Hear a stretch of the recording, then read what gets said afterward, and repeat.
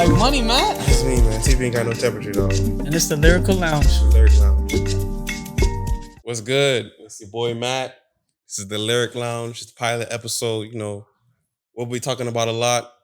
Talking about, you know, breaking down lyrics, breaking down samples, who sampled what song, you know, shoot copyright. Oh, Justin Timberlake and the whole, you know, issue with sampling, vinyl records. Oh yeah, we got the vinyls for sure. Yeah. You know, let them know who. I mean, you know, it's your boy Jay. Yeah. Part 2 of, you know, the Lyric Lounge. You know, what we're doing, you know. Almost deaf. I mean, I think the biggest thing I want to, like, I guess, get people to know is, like, I guess how we met.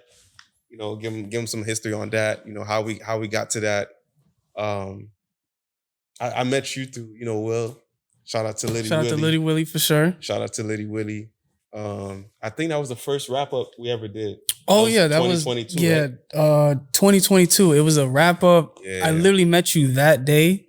I think we had like a 5-minute prep talk. Yeah, and it was like we just shot straight to it. Yeah. And then after we just was like, yo, let's link up. Pause. And then it just created into like an actual like friendship where, you know, we playing basketball. Yeah, we played ball together, beating people. Paul, that's kind of crazy. Beating people on the court. Yeah. Well, we playing ball.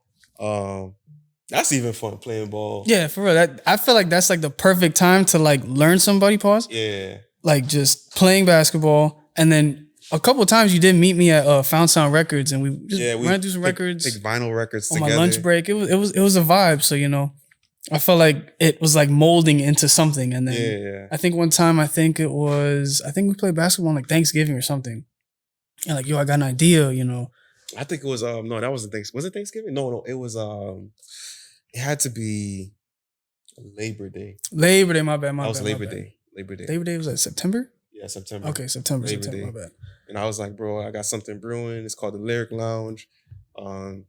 Nothing set in stone, but I'll let you know we got everything. And it's like, I think once I sent you the logo. Yeah, the logo, I was like, whoa, this is different. I've been, because my mom was in the room when I was making the logo. And actually I was listening to, you know, shout out to, you know, Rufus and Shaka Khan. That's why I got it. I was listening to Do You Love What You Feel? And yeah. No, it's okay. Keep it going. We can be my mom was like, today. Just, you know, whatever you feel, just do it. And I was playing around with the magnifying glass. Yeah, keep it cool with the story. The story's getting a little weird. On the vinyl. Yeah. And that's how you get the little weird look on the vinyl. Yeah, or it looks like a warped vinyl. Yeah, warped vinyl, basically. But it's like, you know, like maybe it's been through hell. It's, you know what I'm saying? But definitely, yeah. I mean, I think vinyls and music is what like we kind of like meshed and blended with. So like, what's your backstory? I really want to know that. Like to music. The first rap album that I actually listened to front and back, Tribe Called Quest, the anthology. The anthology, okay. Oh, you started the anthology, not even like was it the Low End Theory? Yeah, the Low End Theory was Midnight Marauders. You got you went okay. Yeah. And I remember I was in the 9th grade. I was listening to a lot of that was hip hop, but I was listening to a lot of soul, R&B and soul during that time. Before that, I used to listen to One Love by Houdini. Okay. I can say so your musical taste, like your first intro to hip hop, but then I felt like the soul kind of like it was a good transition to hip hop. Because you had, because I feel like you're like an R&B like connoisseur. I love. I'll say like, what did you grow up on? Obviously, I mean, of course, you know, Christian music. Okay. You know, gospel. You know, listening to stuff in the crib, but mostly just, you know, just R&B. I was a big R&B head, man. So it's like strictly R&B. Like, what was the fam playing? Strictly R&B stuff, or the Christian stuff? Like just Christian stuff. Okay. But like, I love melodic music, whether it be like I don't know if you ever remember that episode of Ed and Eddie when the little boy was like cartoon. He had his shirt off and he's like swinging around. Oh, the Indian dude? Not an Indian Which dude. One? Sarah's friend, I guess. Oh, with the Yeah. With With I think that's braces. I think that was imitation braces. Timmy was too. Yeah. So like the way he was swinging. Yeah. So like that's me. Like listening to R&B music. Oh shit. So I feel you on that. With me, it was like a blend. Like, I'm Jamaican, so I had like obviously the staple of like Bob Marley, Barrington Levy, Gregory Isaacs, and then my mom was like a Paula Abdul, Janet Jackson fan. You listen to Frankie Paul? No. I need to get into it then. All right, let me write that down. Yeah. But yeah, it was just like and then my uncles were like listening to like 80s, like, Pink Floyd and rock music. So I had a bunch of diverse music. So then like, I remember it went from like Bob Marley, the Gap Band, to like my dad taking me to school or driving me around with him. And then he fucked up. He played 2001 Dr. Dre. Dr. Dre. Changed my life forever. Thanks, Pops. But I heard that and I was like, yo, I feel like I was watching a movie, but like through my ears. And then I just started getting hooked with like hip hop. And then my cousin, shout out to Jason, he definitely put me on.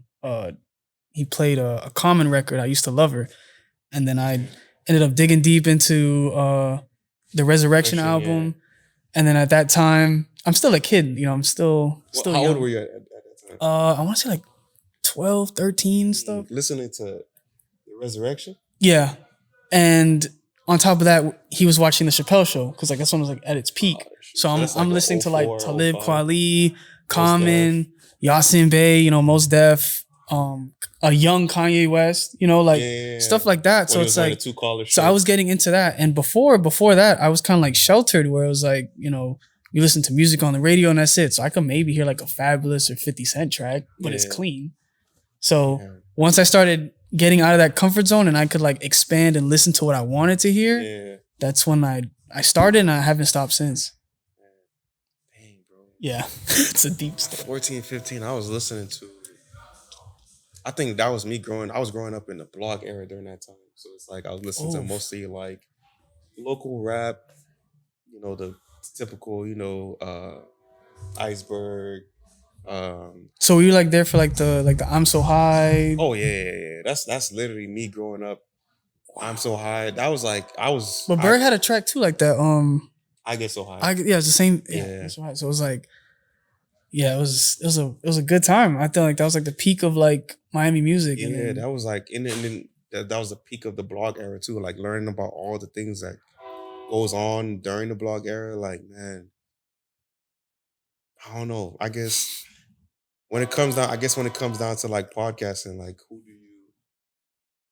who do I like kind of watch a lot or like kind of emulate my style off of? I mean, I always got to give shout outs to like the Joe Budden podcast. Hot Ones is another one because I think Sean Evans is like one of the great interviewers. He does his research on a whole bunch of stuff and he just comes out the blue with stuff. And then obviously right now, like I'm not gonna lie, the Is What It Is podcast is like that chemistry. I feel like it brewed up and then it's like, I feel like, I'm not saying we're Cam and Mace, but it's like, it's like, it gives that vibe. We weren't beefing though.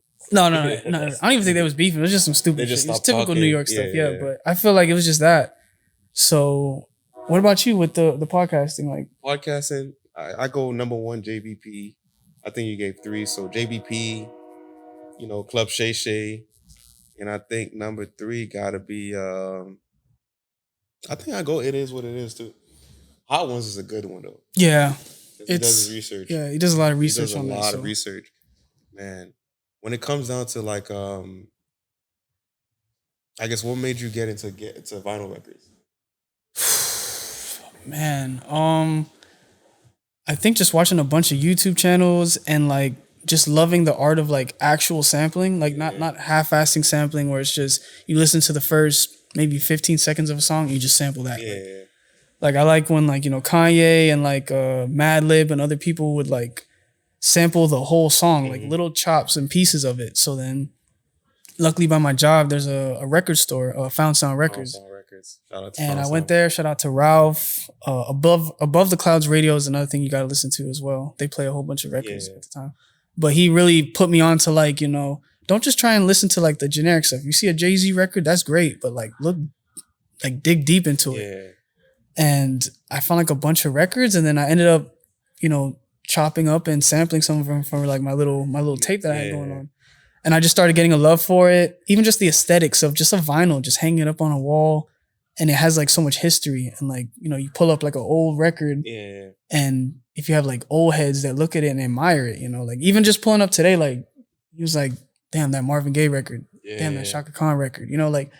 Like some people can look at an album vinyl. That Barry White. Yeah, we don't talk about that. But it's like looking at a vinyl, I think the older people respect it and they understand like at that time, like, cause I find myself with that. Like if I hear a song or I'm in a scenario, I can literally transport myself to that moment when I first heard that song. Exactly. So, yeah.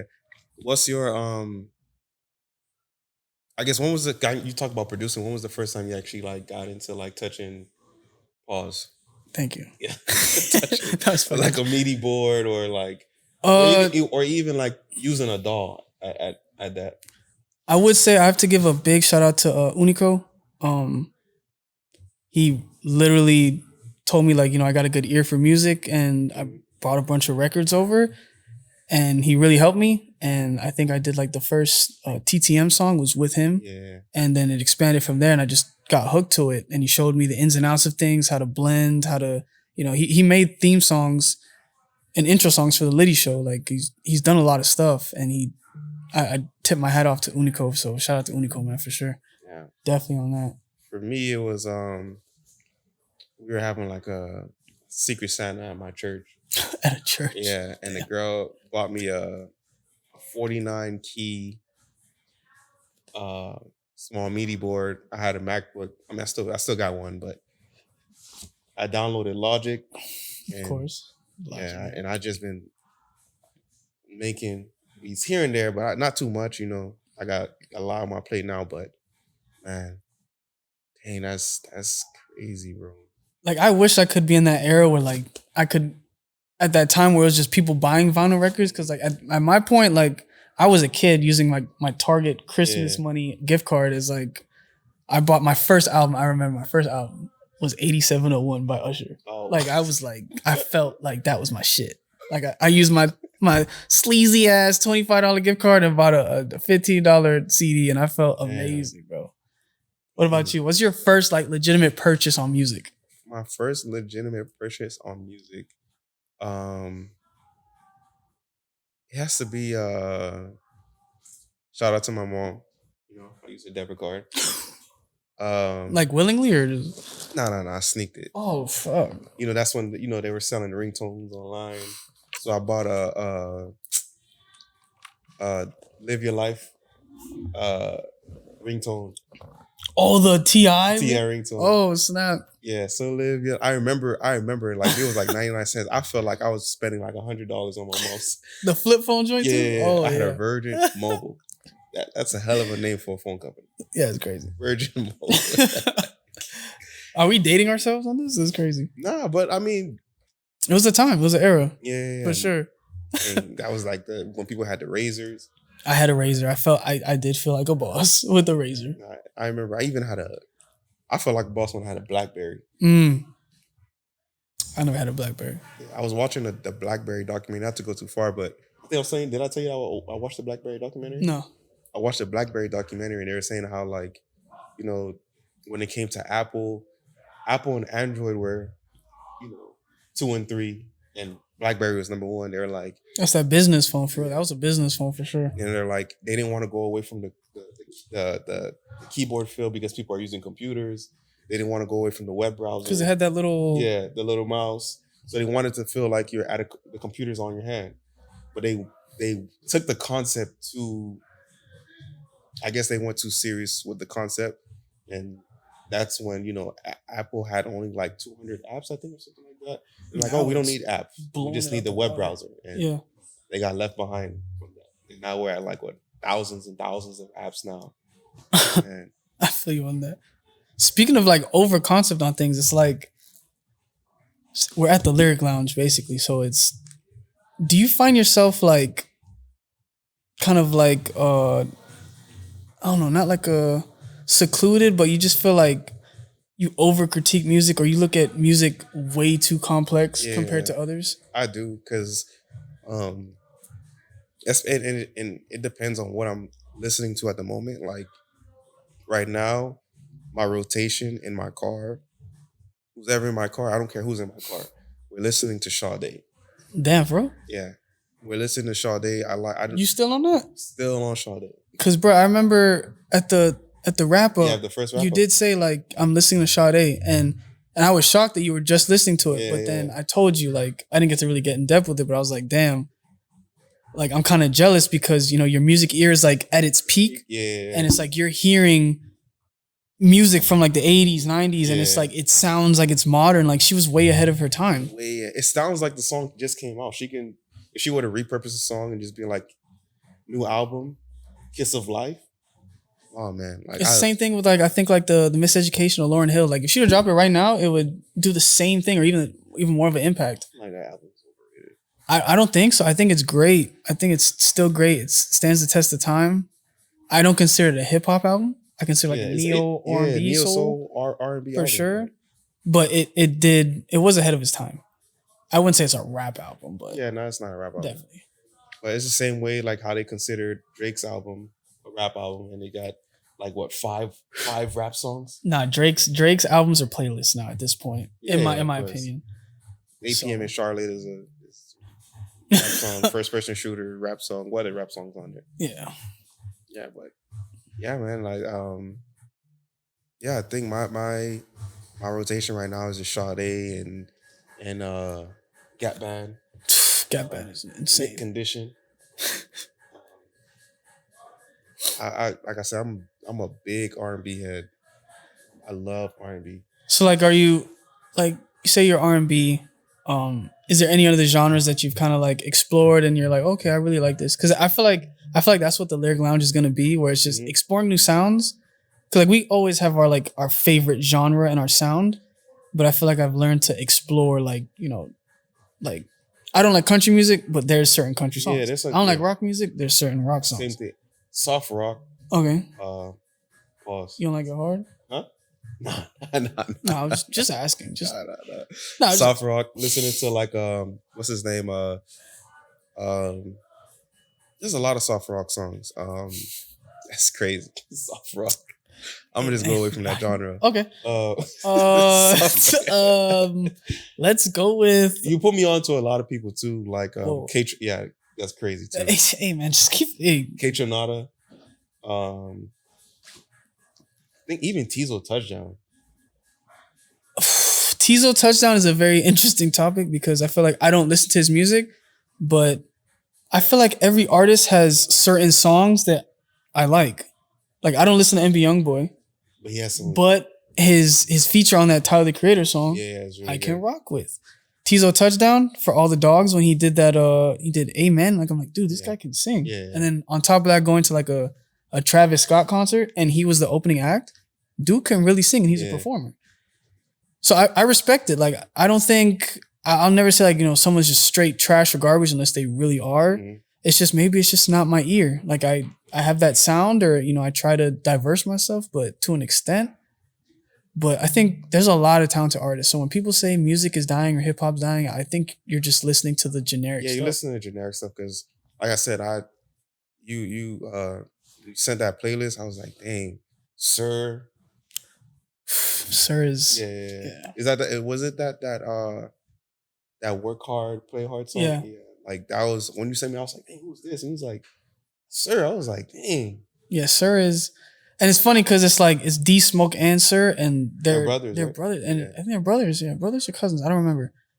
But like, it all fits into like, that's how I feel like with where it fits? The music industry. So with that, it's like, I feel like they were playing like chess, not checkers type shit. Cause D Smoke went on that show with like Chance, T.I., and Cardi hosting, and Rhythm and Flow. Okay. He won the show. And then in my head, I was like, dang, is this calculated? Because I mean, he knows his brother is Sir.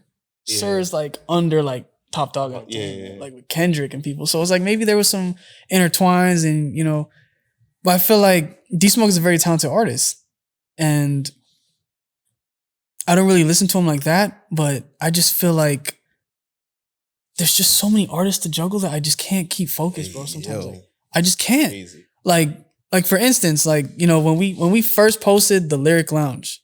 Yeah, it was like right now sitting, I think we were like 250 comments. Mind you, we're just nobodies, bro. But 250 comments. He keeps saying he's a nobody, but this dude is going to YouTube avenues. Yeah, like chill out, dude. No. No, I told when like shout out to Thank God. Whatever conversation we had, you're a very talented person. I appreciate the conversation and the game that you gave me. But when I tell you, I was like, I didn't even know he's the person that produced Rockstar. But I'm talking about super humble guy, bro. Super chill. You wouldn't even, and that's the people I like. You don't even know who they are. Like, you produced a song for Post Malone. 21 Savage feature too. Yeah, it's like, but it's people like that. It's like how we get out of our comfort zone because we're just so accustomed to that standard that we think this is normal. And then when you show it to the public or somebody, they're like, that's not normal. You need to like, and they'll guide you to the right person. I feel like that was a perfect opportunity for him. I'm hoping that has opened up many doors for him. And you going to this YouTube avenue, I know for sure, like just you being in that event, I know for sure opened, that opportunity did not happen unless like that opportunity only happened because of Zoe Dollars. Yeah, shout out to Zoe, man. Zoe.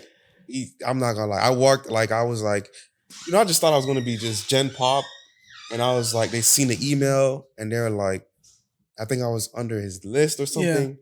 And they was like, oh yeah, you're VIP. I was like, what? Me? What? VIP? Zoe got me a VIP? And I'm like sitting next to the dude that makes rap snacks. What? Yeah, I'm like, rap snacks, James Lindsay is right here. This guy that is really big on like, what's it called on Credit? His name is Haitian CEO. Gilly just posted him.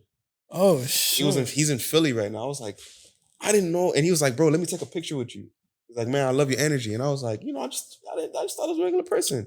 Then when you get on Instagram, I'm like, I think that's kind of like the coolest things too, where you don't know. You just organically engage with somebody and then they can post you or you post them and you're like, oh, this dude's profile is crazy. Yeah, and that's the thing. That's just me being on Instagram months later. Even like there was one guy I seen there, like his name is Brooklyn Johnny. And I seen him on DJ Khaled's page like a couple days ago. I'm like, I was in the same room with this guy that's playing golf with Khaled. I was like, bro. You gotta respect like the current state of like social media does have its, pros and cons, but stuff like that is a prime example of like, there's ways to thrive and opportunity for people more than, before the time where there was no internet or social media or anything, like. No, for sure. And I really appreciate it to researching and finding these samples and bro, because I'll hear something and that shit will linger in my head like, dog, where have I heard this fucking song before? Like I've heard it before, can't figure it out. Thank God for Google, whosample.com, Shazam, or YouTube channels that actually like dig deep into like samples, and I'm like, thank God, bro. Like back in the day, people were probably driving their fucking heads crazy trying to figure out this stuff. Yeah. And that's where it came, like, people rapping the same songs, using like that sample I found on YouTube and I sent it to you. Yeah. And me and Jay got something coming. Pause. That's crazy. That was nuts. It's okay. But nah. Like, man, like it's but that just goes back down to just the chemistry of just playing ball together, going to Found Sound together. And mind you, it's not like it was just on some like, yo, just pull up. Even when it was, the tape release party or listening party. Yeah, like, I appreciate you pulling up for that for sure. Nah, and I was like I wouldn't say I was the first person. Inside wasn't even set up yet. It wasn't even set, bro. It was early. I was like, damn, he's probably gonna like. Nah, man. He's probably gonna leave. Like the shit whack. Nigga pull up in an Audi. Like fuck. I don't know. I don't know. He might leave. And I appreciate you staying there. Then man, I pulled up. I met Willie. Oh yeah, tall. Yeah, tall Willie. I call him Windmill Willie because nigga be dunking like a motherfucker. Bro, it was hilarious. Hey, shout out to Windmill Willie, bro. For real. I said I didn't know his name. He said, "Man, they call me Willie, man." I said, "You sound like you about to cut my grass." it was different, yeah. But that's stuff like that where it's just like, I found you really have to go to these little. Yeah. I mean, my shit was a little event. It wasn't like sold out fucking arena. But or nothing. Still, like that's the groundwork. That's how you meet people that you can talk with and network with, and then it just adds more to the catalog because like that's how we can sit down here and talk because it's not like I just met you off the wrap up and we're trying to scuffle and try and figure this shit out. We play basketball. I feel like sports in general is like a way to understand who you're dealing with. Yeah. If the person is selfish. Yeah. Because we play on a team that nobody's selfish. You're open, I'm gonna pass you the ball. And you're just like, you're open. I'm like, shoot the ball. And you pass it right back to me. It's like. Yeah, it's crazy. Like we could talk about that forever, but I feel like we really need to harp on the Lyric Lounge. I need to know at least 3 people that you want as guests on this for the future episodes. I'm gonna pick some people that I really, really would want to get on this platform. Dang, that's a good question. I'll say Cash.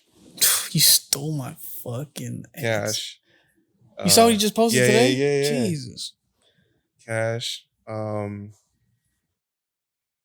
Dang. If we can get Gorilla Tech. I like Gorilla that. Tech is a good one. Like all right, one more.